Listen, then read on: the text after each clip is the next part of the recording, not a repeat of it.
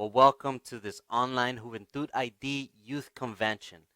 It's our second day. Last time that we were together yesterday, we talked about the perfect love of God.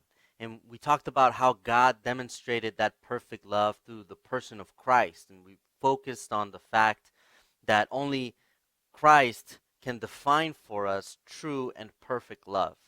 We saw that he demonstrated his love by giving his life for us so that he took on the punishment of our sin upon himself. And we saw that he gives us the ability or the opportunity to become children of God if we believe in him. And if we abide in him, then love is perfected in us, and that will give us confidence in the day of judgment, because that perfect love drives out all of the fears that we have, since the root of all of our fears is that day of judgment to begin with. And we looked at all of those things, and today we were going to really focus on the absence of love in this world. And the question set before us is, where is the love? Right now, if we're talking about the world, it really is a pretty simple question to answer. And because the reality is that if God is love, and He is, then the world can't love, because the world doesn't know God. And therefore, the world does not know love. So, we really can't ask, the world to show us love, because they don't know what it is. First John 4:8 tells us that. It says, "The one who does not love does not know God, for God is love." I mean, it really is as simple as that. The world doesn't have God. They don't know God. They don't know love. Therefore, they cannot love. Um, but we can certainly ask ourselves the question, since we have come to believe in Christ, and therefore we know God, and we should know love. And I think it's important that we ask ourselves the question, where is the love? Where is my love for God?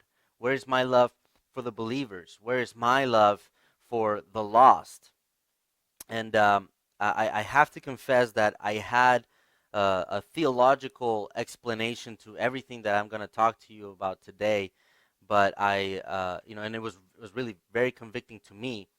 Uh, but I realized that I can be pretty difficult to understand at times, and I have a hard time simplifying things to make it easily understood. So I think that uh, for your sake, what's best for me is, or what's best for you is really that I shouldn't, instead of sharing, trying to cram a theological explanation in 15 minutes, I'm just going to share with you my heart and the things that I've been convicting of through my study and preparation for this.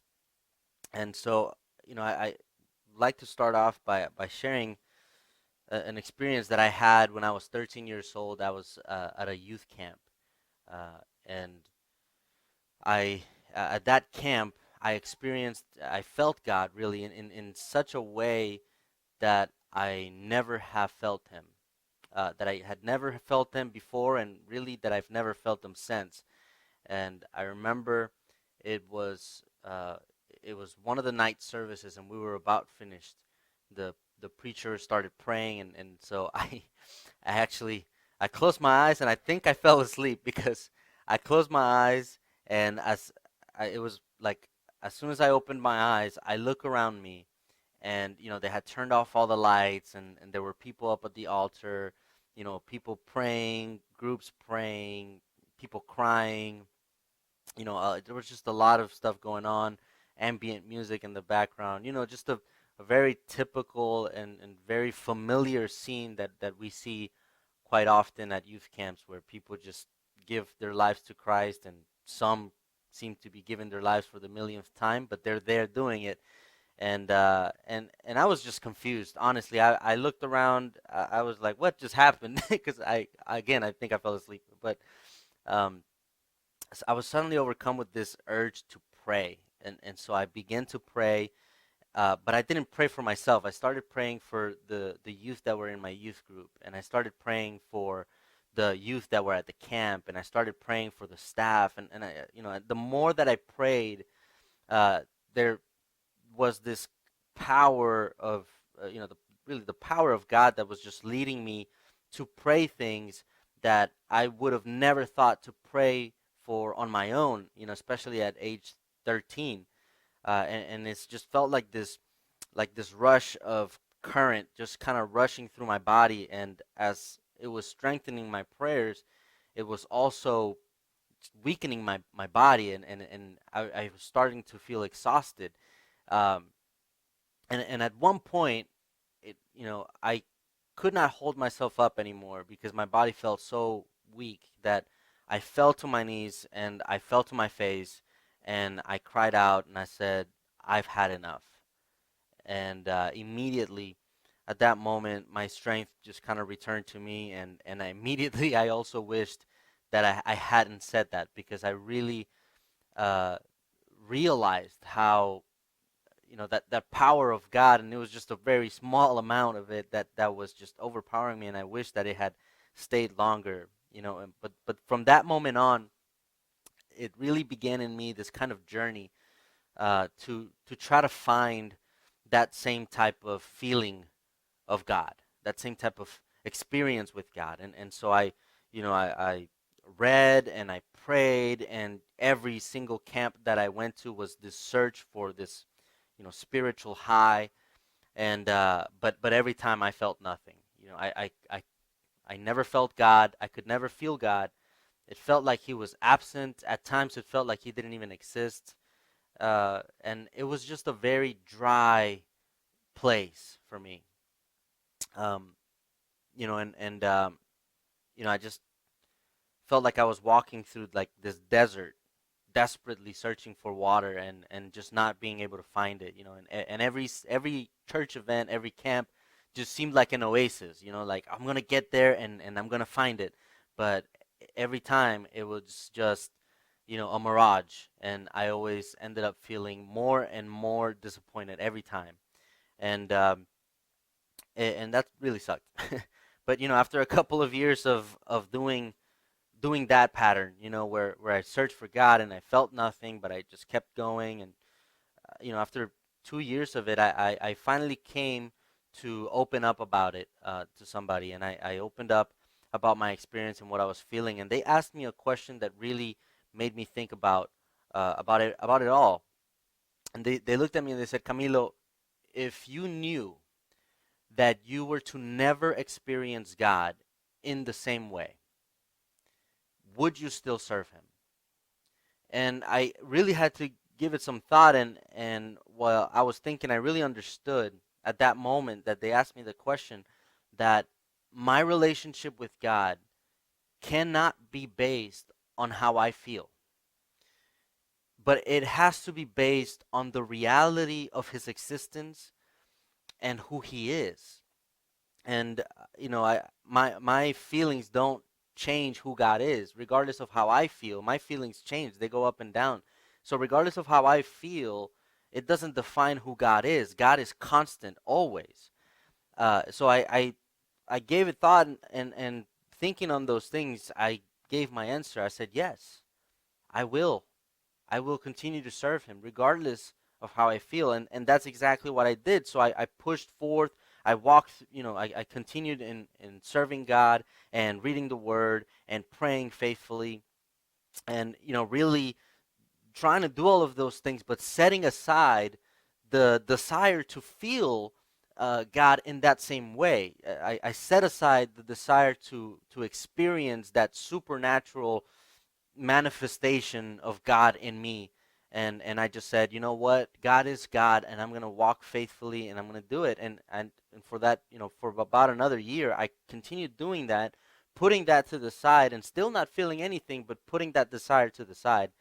Um, and at that time, about a year went by, and I was the only youth at my church, and I also happened to be the youth leader.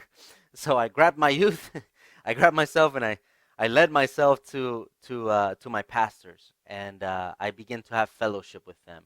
I began eating at their home and really opening up my heart to them, and they began to open up their hearts to me. And it was through this fellowship that I learned that the love of God is experienced best in the fellowship of the believers. Um, I walked through that desert in spite of my feelings, because I knew that God is a faithful and a good and loving God. And then I experienced his love again on a whole nother level through the fellowship that I had with my pastors. And that's really what we find here in 1 John 4, verse 11 through 12. This is the reason he says this. He says, in this is love. Not that I'm sorry, that's verse 10. Verse 11. Beloved, if God so loved us, we also ought to love one another. No one has seen God at any time. If we love one another, God abides in us, and his love is perfected in us.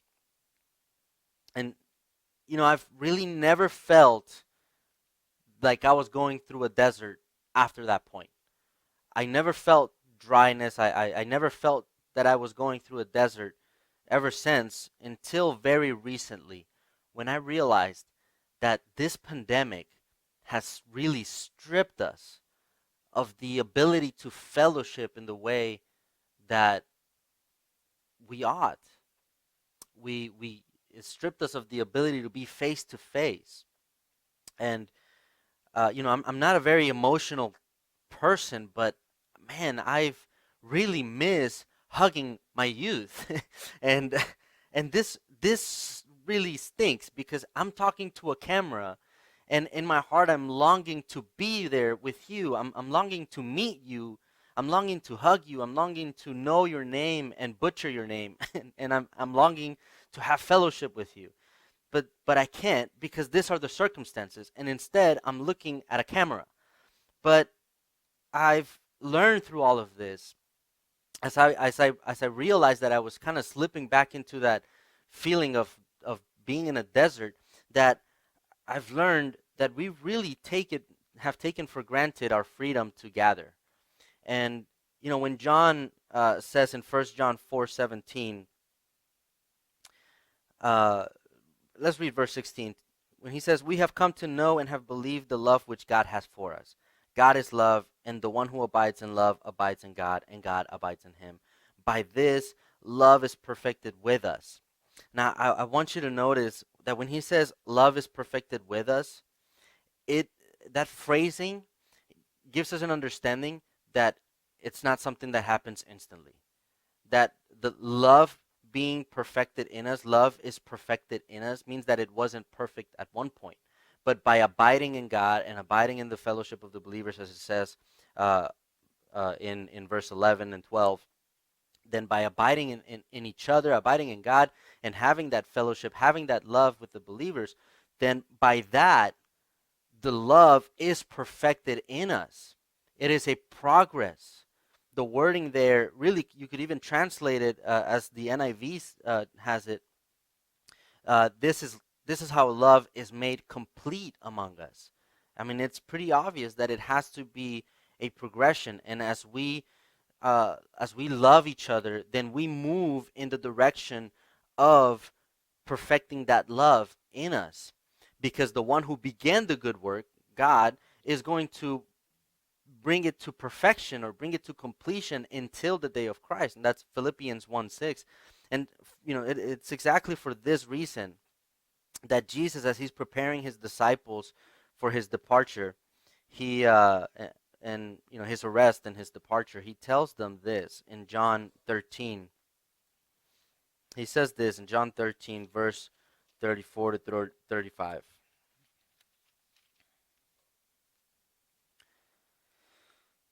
A new commandment I give you, that you love one another, even as I have loved you, that you also may love one another. By this, all men will know that you are my disciples, if you love one another. Verse 34, he's basically telling them that they have to love each other, right? I mean, he's telling them, hey, disciples, you need to love each other, right? And then he tells them in verse 35, he affirms that by them loving each other, then all men, meaning everybody, meaning the world, meaning the unconverted, the unbeliever, the lost, everybody will know that they are disciples of Christ. And so, later also in verse 17, chapter 17 of John, the Gospel of John, uh, Jesus is making a prayer. And this is the last prayer before his arrest. And listen to what he says. Uh, Verse 20 to 23. I do not ask on behalf of these alone, but for those also who believe in me through their word, that they may all be one, even as you, Father, are in me and I in you, that they also may be in us, so that the world may believe that you sent me. The glory which you have given me I have given to them, that they may be one, just as we are one. I in them and you in me, that they may be perfected in unity, so that the world may know that you sent me and loved them even as you have loved me. I mean, Jesus is about to be arrested, okay? Jesus is about to be arrested to go and be crucified, and he knows this perfectly well. And this is his last prayer before this happens. And what he prays for is not for himself. He doesn't pray for himself, rather he prays for his disciples, right? But verse 20 shows us that he's not just praying for his disciples that are there, the 11, right? Because Judas is already doing something else. But he's not praying for the 11 alone, but he says that he's praying for everyone who will come to believe because of their word. That means you, that means me. And what he prays and his desire for every single one of us is that you and I would be one, just as he and the Father are one. He is praying for perfect unity between the believers. And why does he want unity? He says it right here, verse 21, that they may all be one, even as you, Father, are in me and I in you, that they may be in us, right? So when we have unity between us, we have unity with God and Christ, right? And so it also tells us the reason why. Because when we have this unity, the second part of verse 21, so that the world may believe that you sent me. Our love is a testimony to the world of the perfect love of the Father. Verse 23, I in them and you in me, that they may be perfected in unity, so that the world may know that you sent me and loved them, even as you have loved me. It's as simple as that, guys. The devil understands the power of the unity of the believers and the power of the unity that comes when believers love each other the way that we ought to. And we ought to love each other in the same manner that Jesus loved his disciples, sacrificially giving himself up, self-denial, service to the brethren. That's the kind of love we ought to love with each other. And I don't know what we're going to do during these times. We cannot allow our love to grow cold. We need to do whatever is necessary so that we can maintain the unity and the love between one another. We need to have fellowship with one another. You need to get creative right where you are. I don't know what that's going to look like for you, but you need to find a safe way. You need to find a way that's still submissive to the authorities, but you need to gather. We need to gather because if we don't gather, we're going to catch a different kind of virus. And it's a kind of virus whose symptoms are a cold heart and a fearful mind. And we cannot allow that to happen. Not long ago, we had the freedom to gather wherever we wanted, however we wanted, whenever we wanted. And we thought that reality could not be stripped from us. But here we are, right? Here we are with those limitations. And if you think that your freedoms cannot be taken away from you here on this earth, then I hope that this situation serves as an example of how quickly reality can change. And I don't want you to take for granted what you have. We need to be diligent. We need to be diligent in activating our love for one another. We must activate love for one another. We need to activate love for God. We need to activate our love for his word, right? I mean, there are millions of Bibles today in the United States. I mean, millions of Bibles in the United States. And we think that we're always going to have them. But we forget that in the Middle East and all over the world, there are places that don't have access to the Bibles like we do. And what makes us think that that could not change? What makes us think that something couldn't happen that would change that? I think we need to be diligent, and we need to be intentional about loving each other. Guys, that's really the message that I wanted to bring to you. That's the convictions that have been brought to me by this study, my preparation for you guys. I want you to know I don't know many of you, but I love you all, and I long to meet you and hold you. And again, I want to butcher your name a couple of times before I get it right, but I long to see you. But if I don't get the chance, or if we don't get the chance to do that, then I would pray that you take the initiative to be creative, to be safe, to be submissive to the authorities, but to gather so that you can love each other and not take those things for granted. I hope that you'll join me tomorrow as I talk about the purpose of our life. God bless.